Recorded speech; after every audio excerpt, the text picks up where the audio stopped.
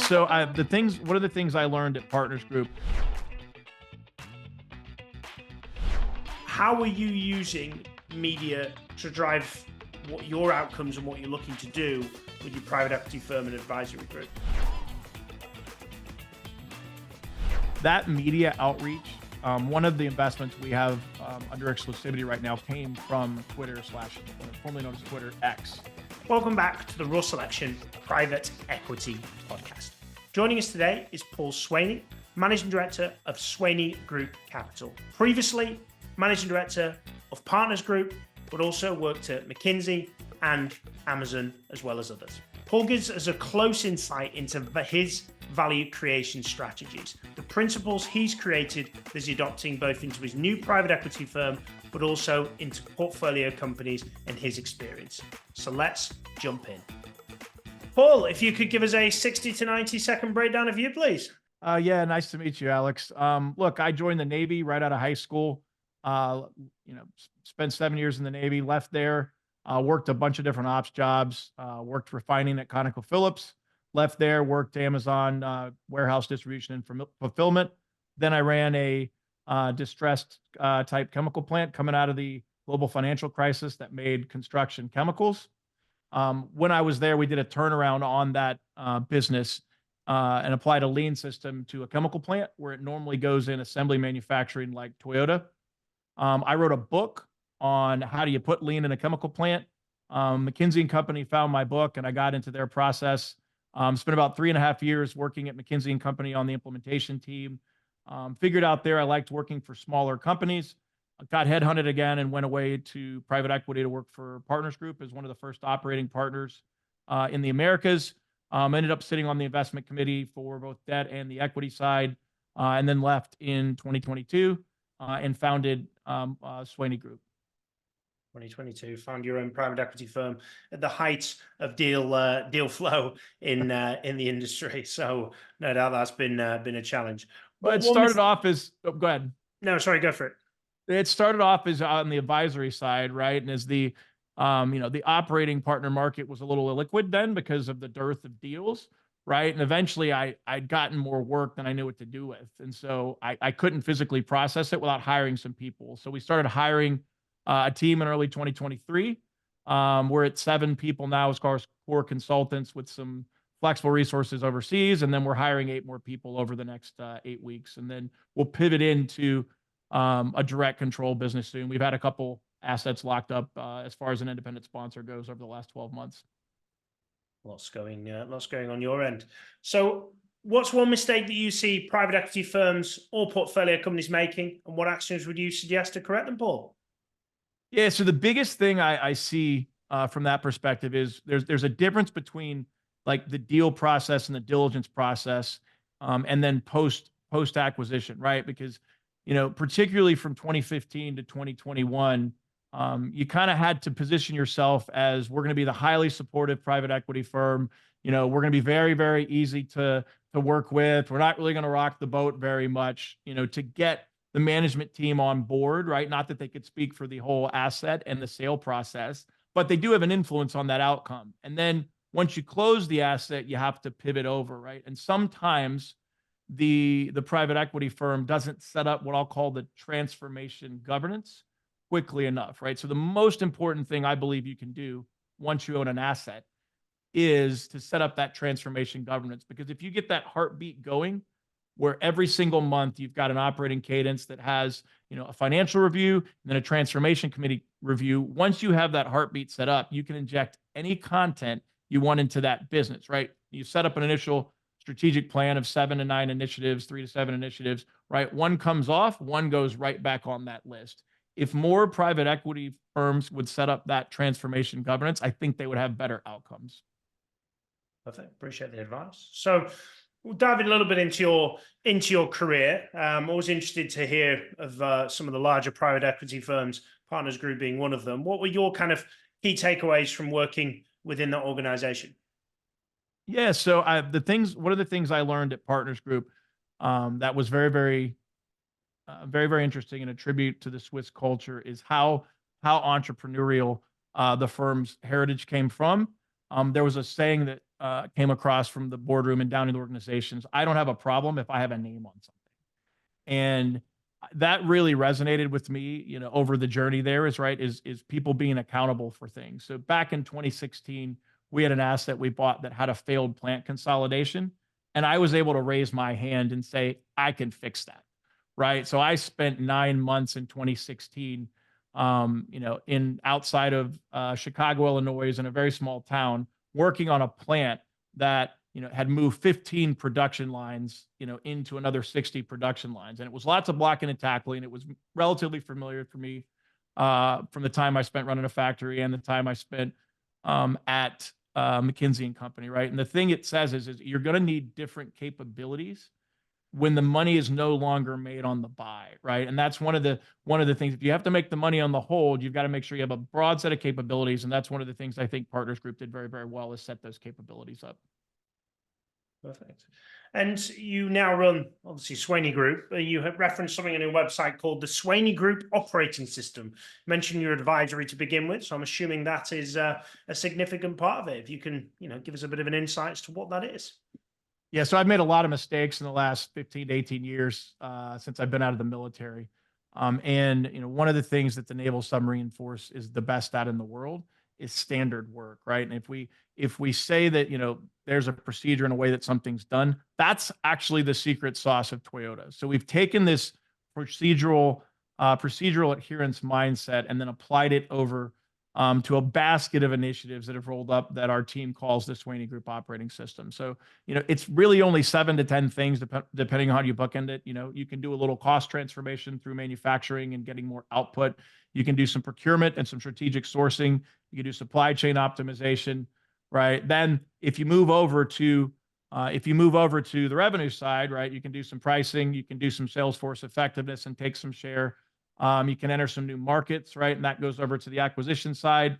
And on the acquisition side, right, you can grow organically through new products, or you can go inorganically by buying up other companies, which obviously is a popular lever for private equity right now.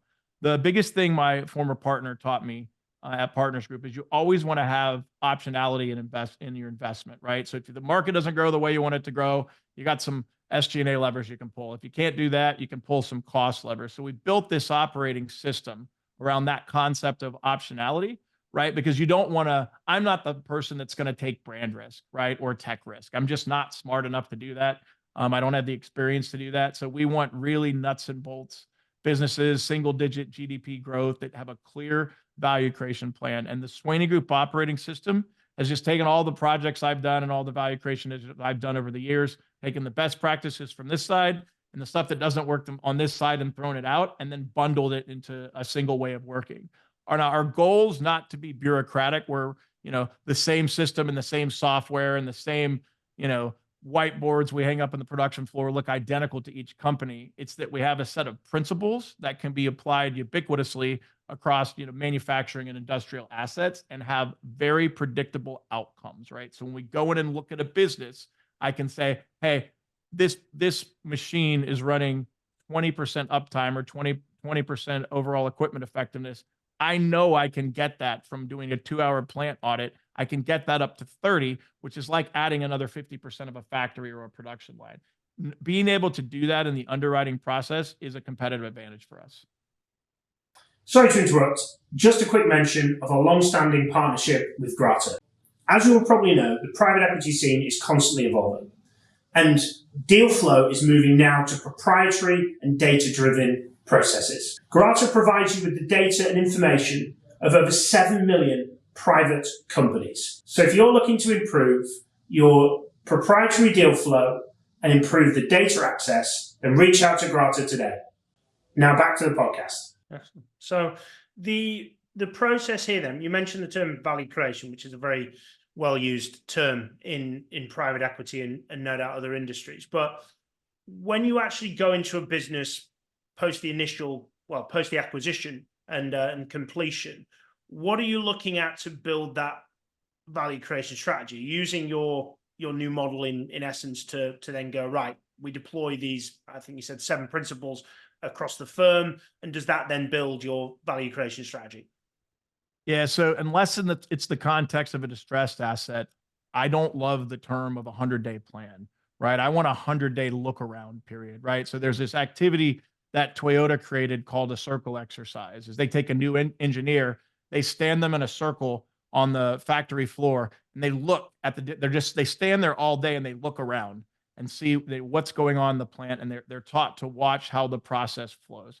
We take a similar model to when we're buying a company, right? When we get to an asset, we want to take the first 100 days and look around. We want to go on ride-alongs with the sales team. We want to go in the factory, watch the operators work, have lunch with the operators, meet with all the key executives, because there's no urgency if you've got a cash flowing business, right? So taking that first 100 days to look around and see why things are the way they are, most entrepreneurial companies, or particularly founder-led businesses, there's a reason for, quote unquote, sometimes a little bit of madness, right? It's been bootstrapped up to the top. It's a legacy company. It's 30, 40 years old. It's got a 50-year-old manufacturing site, right? Processing all that information as an input to a value creation workshop versus coming in with your own agenda is a much better way to go. I tell my team member, guys, relinquish your agenda. We're going to come to the meeting with a plan. If the CEO of an asset, one of the assets on the advisory side, wants to talk about something different, be ready to relinquish your agenda so you can build the relationship and then get to a positive outcome. We did the same approach with the value creation thesis. When we underwrite something, that's why we have optionality. We have 12 things on a piece of paper that could potentially work. One of those might be a sacred cow for the organization. Now, you do own the company, so you might be able to just, mandate it, but you might not want to do that initially, right? It's much better to, lock hands and go over the river together.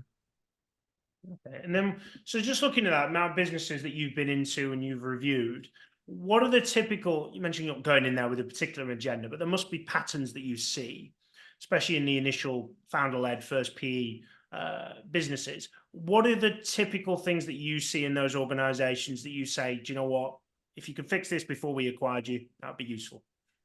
Yes, it's most organizations, particularly founder-led, are founded by entrepreneurial sales professionals, right? And the business we're looking at now, or one of them, is we've got a deal locked up, and it was built by an entrepreneurial guy that just sketched something out on a cocktail napkin, and then suddenly, he's a distributor for a bunch of different industrial businesses, and he didn't really know how to run a distribution center, so he just figured it out on the back end, right?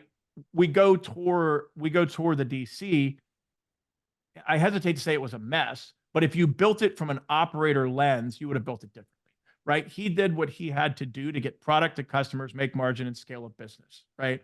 And then, so kind of my job where I've focused off is going back in, and like these entrepreneurs lay the bricks. We want to go in and fill in the mortar and fill in the cracks and optimize. So specifically a couple things, usually customer service reps and when kind of G&A, it's hired to solve a specific problem, but isn't really bought and done an org design to say what's actually optimal to serve the customers best, right? And it kind of becomes a legacy. It becomes a legacy issue, right? Typical thing I see in the factories is, a distribution center that's pieced together, right? He'll buy 40,000 square feet, and it'll have 2 dock doors, 3 dock doors on it, and they'll go, oh crap, we need another 60,000 square foot. It gets bolted to the other side of it, right? Because you don't want to add the complexity of having 2 different sites, which makes it worse, right? So then, oh no, another couple years later, we need another 45,000 square foot of heated space for product containment. And so you've got this kind of like Tetris block of a plant that works, but it's not fit for purpose. Now, it was fit for the purpose it was intentionally, right? You're not going to fix that pre-diligence, but one of the hypothetical value creation initiative we have at the distribution center is how do we build an automated, robotic-driven 250,000 square foot distribution center? Because where they're at in Middle America, we could get all kinds of grants from the municipality. No taxes for 15, 20 years, even some building grants, right? Because they just want the jobs. And so thinking about the fit for purpose of the next horizon is often very exciting for founders and something you can get alignment on even pre-close. And out of interest, your operating system with your principles, are you using that as part of your private equity setup, and how you're now building that firm out and developing that? Is it similar type adaptation of principles into the business? So so short answer, yes. What I'm doing is I'm taking each one of the pillars and I'm assigning it to one of my team professionals based on their preferences. So our model is this immersion model, right? Well, I'll take people and put them in on specific projects. Now we got to make some trade-offs, kind of growth of the business plus, people's needs. It's a competitive set of values, but getting people on the team, I want to have one person that's really passionate about post-merger integration. It's so useful in the private equity context. I want to get, one of the team members that is starting soon is a sales director, but he was also in the military. And so hopefully I'll tag him to Salesforce effectiveness or marketing.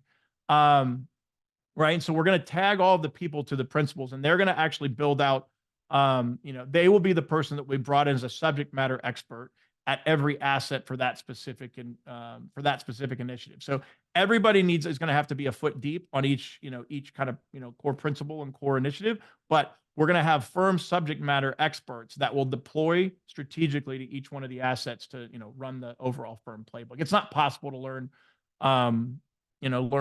12 things in depth, in 3 or 4 years. Right. And, I certainly have gaps in my, personal toolkit as well. How did you find that, or how are you finding that bridge from being very strong operationally, and you talk a lot about the portfolio and how to manage and how to run, to then having to do the deal work and the private equity investor typical type role?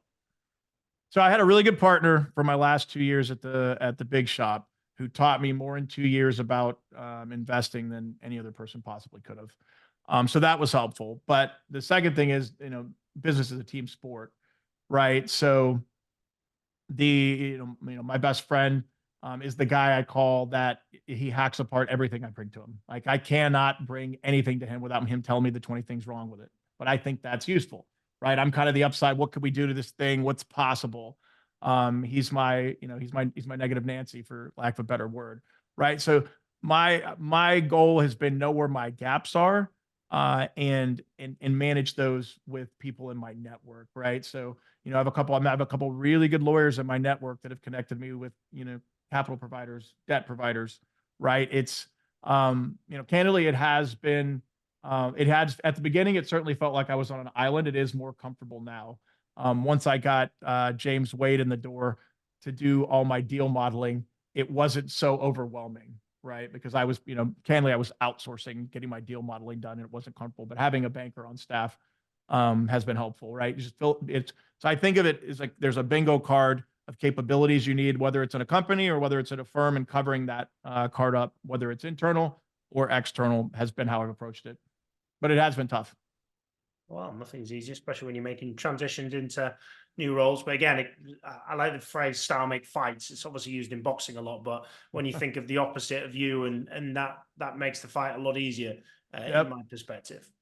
So we spoke just before we went live about media, and the reason you're on this podcast is you actually reached out to us, or one of your media persons you've attributed to that role has done that. And not as commonly known in or used in private equity. Everyone can be a little bit secretive, and everything's a bit cloak and dagger, for choice of a better phrase.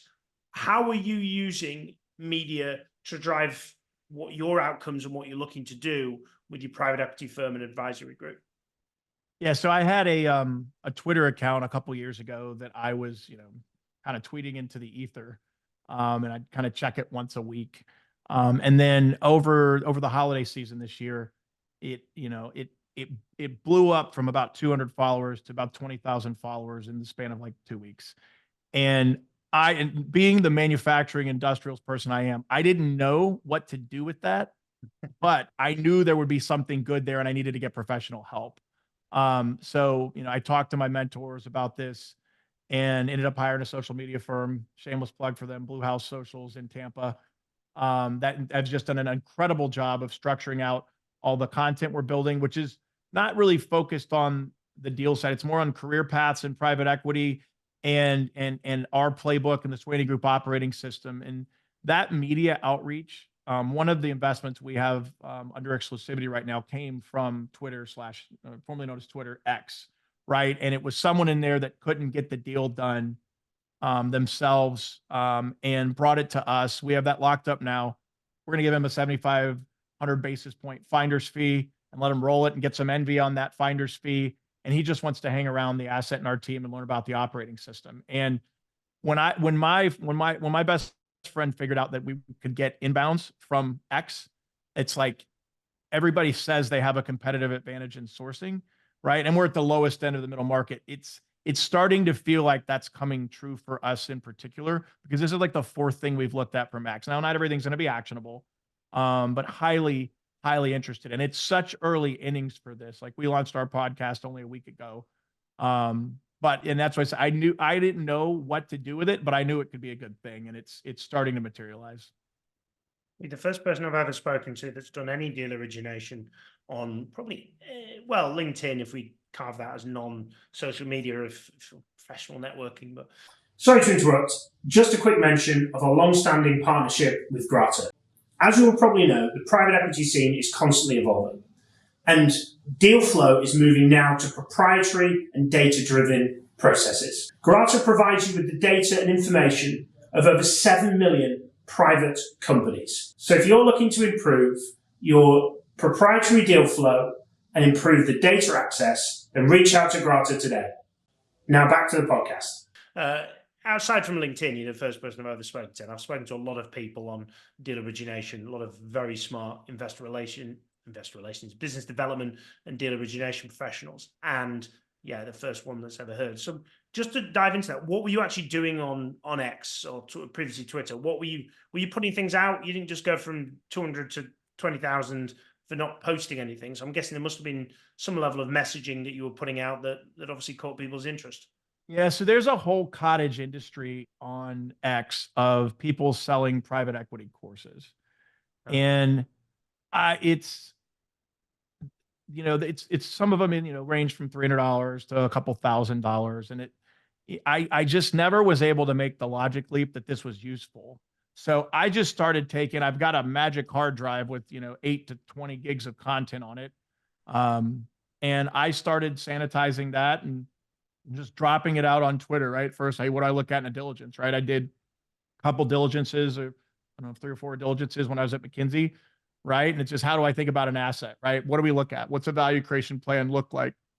And we started to get some inbound tracking, like, hey, what do I want to do with, I'm at this juncture in my career. How do I transition from a associate to being a vice president, which is a really tough jump to make, because you go from being an individual work stream contributor or running the model over to managing a team, and really they don't think they like it when I say this, but you kind of turn into a project manager, right? And it's more a deal executor, right? And you've got the legal stream, you've got to run the model, you got to think about financing, right? And that's a very hard pivot. And then you pivot again from a VP over to a principal and an MD, and you become a relationship manager, which is another extremely hard pivot, right? And so I was giving people commentary on that, and it just started to take off. And people, there's one day I went to sleep and I had like 5,000 followers, and I woke up and I had like 7,500. And it was absolutely wild. This Megan says she thinks I broke the algorithm at some point. She's a social media manager, and it's all been very positive, for 99.7% of it. And I probably 150, either college students or young investment banking professionals or consultants saying, hey, I have a question in my career, this problem on my study, and I'm reporting voice notes into them. So we started this Lever Up community. Candidly, that cottage industry, just want to stop the gatekeeping, right? We've got a Discord server now where everybody's giving each other career advice. I'm dropping parts of our playbook for free. People are coming in to have a career question. We'll get 5 or 7 people, and it's none of this, pay me $20 a month to be on our Discord for Bitcoin. It's all free. It's always going to be free. But what happened is this guy had tried to buy this company, and he thought it'd be interesting. It's industrials, it was recurring revenue industrials, couldn't get the loan, and brought it to us and said, hey, is there any interest in this? And then said, absolutely.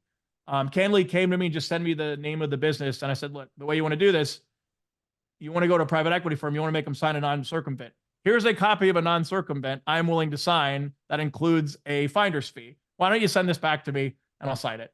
But that's the way. It's like, rising tide raises all ships. Like in this, I don't know, I think he's 30, brought us an investment that's, multi-million EBITDA, 2 to 4. And it's looking really, really good. Like I'm certainly talking to debt providers now, but I never would have found this in a million years. Like I wouldn't have found it myself. I've got my guy James out there, talking to brokers and bankers, but it's anyway, that's why I go back to the point. I didn't know what I was going to do with it, but I knew it was going to turn out to be very, very good.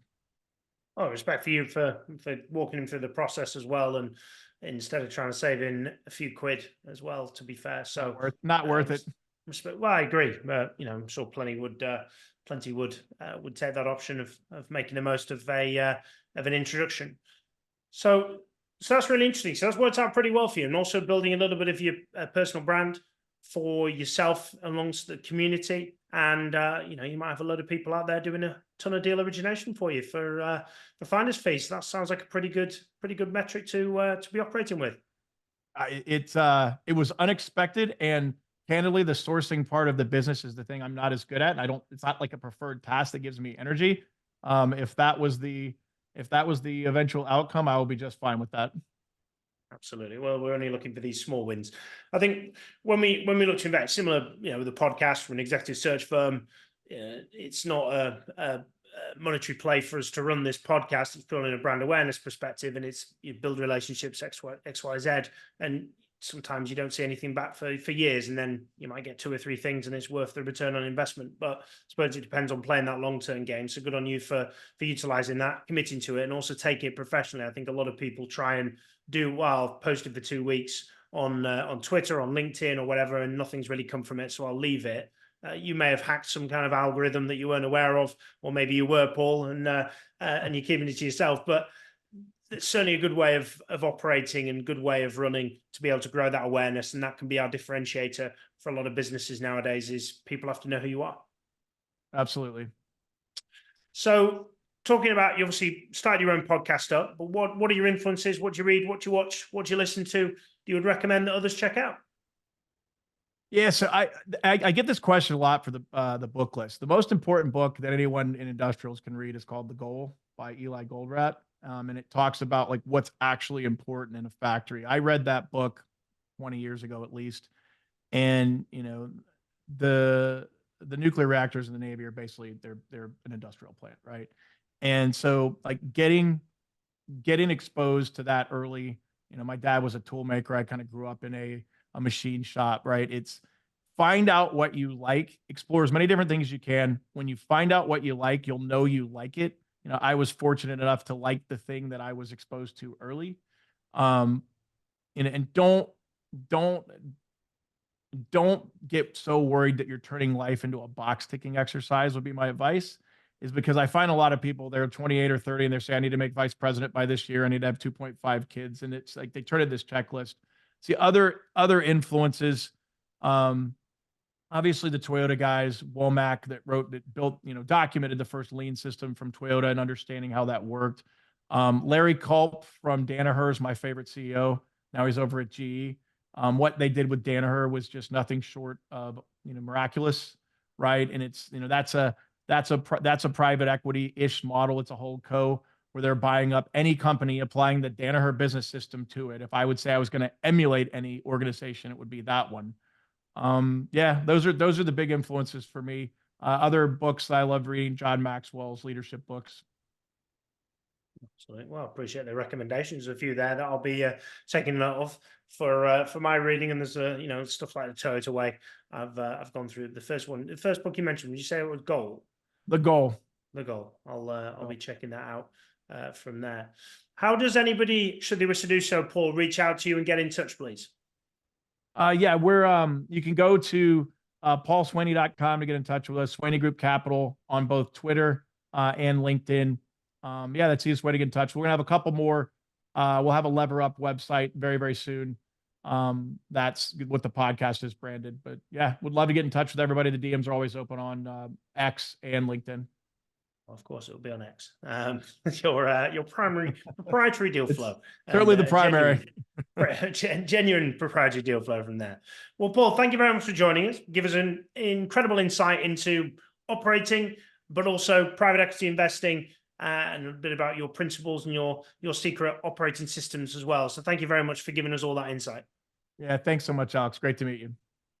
And for those listening, thank you very much for tuning into the Private Equity Podcast once again, which comes out every single week. But till the next time, keep smashing it, and thank you very much for listening.